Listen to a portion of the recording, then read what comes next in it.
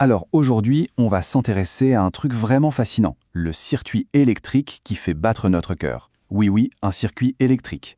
C'est une mécanique incroyable, une vraie petite merveille, et on va décortiquer tout ça ensemble. C'est une question qu'on pourrait se poser, non? Comment est-ce que ça se fait que le cœur batte comme ça, tout seul, sans jamais s'arrêter pendant toute une vie? Qu'est-ce qui lui donne cette autonomie, ce rythme infatigable qui nous maintient en vie? Eh bien, le secret, le voilà. Le cœur, ce n'est pas juste un muscle. En fait, il a son propre réseau électrique intégré. Un câblage interne, si on veut. C'est ce réseau qui donne le coup d'envoi et qui synchronise chaque battement. Et bien sûr, c'est quand ce câblage a un petit souci que les problèmes de rythme, les arythmies, peuvent arriver. Allez, c'est parti. On va plonger au cœur de ce circuit et suivre le chemin de cette petite étincelle qui est à l'origine de chaque pulsation. Alors, voici les personnages principaux de notre histoire électrique. Le nœud sinusal, le nœud auriculo-ventriculaire et tout le reste. Chacun a un rôle bien précis à jouer et c'est leur travail d'équipe qui crée cette cascade électrique parfaite. On va suivre l'impulsion depuis le tout début, depuis le nœud sinusal jusqu'à la toute fin. Bon, tout commence à la source, bien sûr, là où le rythme prend naissance. C'est un peu le chef d'orchestre du cœur. Voilà, c'est là, dans ce tout petit groupe de cellules, caché dans l'oreillette droite, c'est de là que part chaque battement. C'est le fameux nœud sinusal.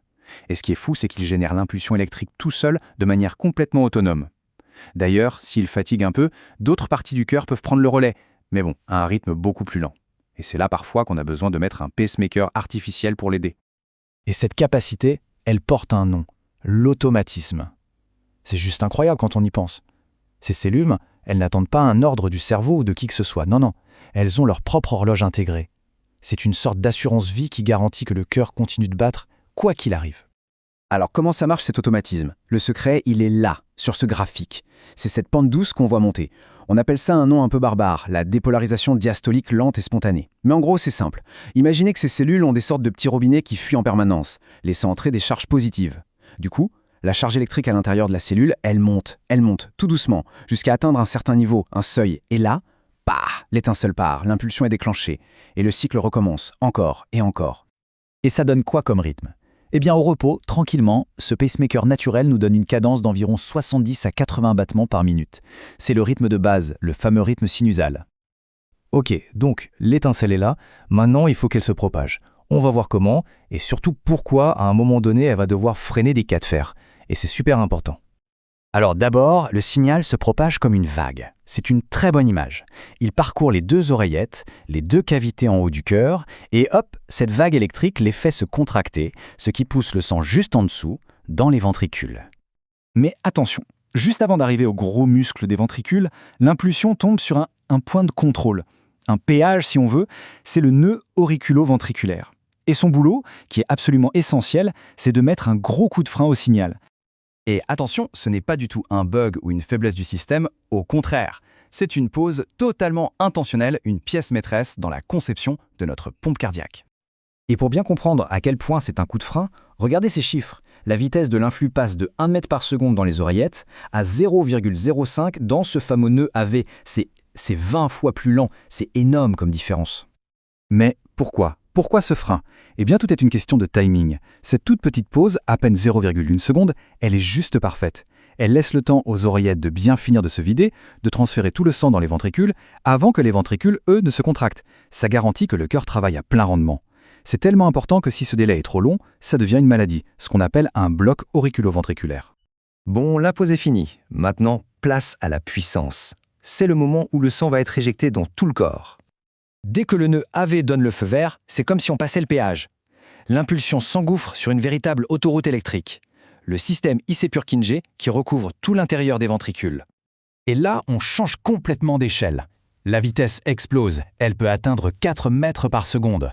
Cette propagation quasi instantanée, elle est vitale. C'est ce qui permet à toutes les cellules des ventricules de se contracter en même temps, d'un seul coup, pour avoir une contraction super puissante et efficace.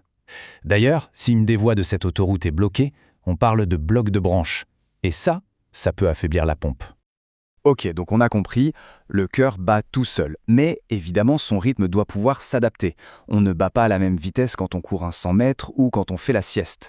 Et c'est là qu'un autre système entre en jeu, le système nerveux autonome. Pensez à lui comme un manager. Attention, ce n'est pas lui qui crée le rythme. Le cœur s'en charge très bien tout seul. Non, son rôle, c'est de le moduler, de l'ajuster. Il va dire au nœud sinusal « Allez, accélère un peu » ou au contraire, doucement, on se cale. Et pour faire ça, il a 2 pédales. La première, c'est le système sympathique, c'est la pédale d'accélérateur. En cas de stress, d'effort, c'est lui qui agit. Il va rendre la pente de dépolarisation dont on parlait tout à l'heure beaucoup plus raide, donc le pacemaker va se déclencher plus vite. Et l'autre pédale, c'est le parasympathique. Ça, c'est la pédale de frein. Au repos, il va aplatir cette pente et hop, le cœur ralentit. Bon, tout ça c'est bien beau, mais c'est de l'électricité, c'est invisible. Alors, comment est-ce qu'on peut voir ce qui se passe? Comment on peut lire ce circuit? Eh bien, figurez-vous que ce courant électrique, il est assez fort pour qu'on puisse le capter avec des électrodes posées sur la peau. Et l'enregistrement de cette activité, c'est tout simplement l'électrocardiogramme, l'ECG. C'est ni plus ni moins que la signature électrique de chaque battement de cœur. Et sur cette simple ligne, on peut relire toute l'histoire qu'on vient de se raconter. Regardez.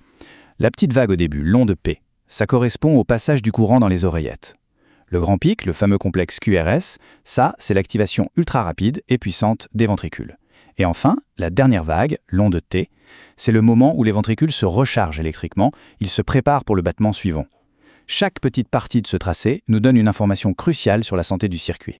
Alors, si cette simple petite ligne est l'histoire d'un seul battement, imaginez un peu les histoires incroyables qu'elle peut raconter aux médecins. Un QRS un peu trop large, ça peut être un bloc de branche, un problème sur l'autoroute électrique. Un délai trop long entre la première vague et le grand pic, c'est peut-être ce fameux bloc au niveau du péage. Plus de première vague du tout, c'est le pacemaker naturel qui a un souci. Chaque petite anomalie sur cette ligne raconte une histoire très précise. Et c'est ça qui fait de ce simple bout de papier un outil de diagnostic absolument génial, capable de nous révéler tous les secrets du câblage caché de notre cœur.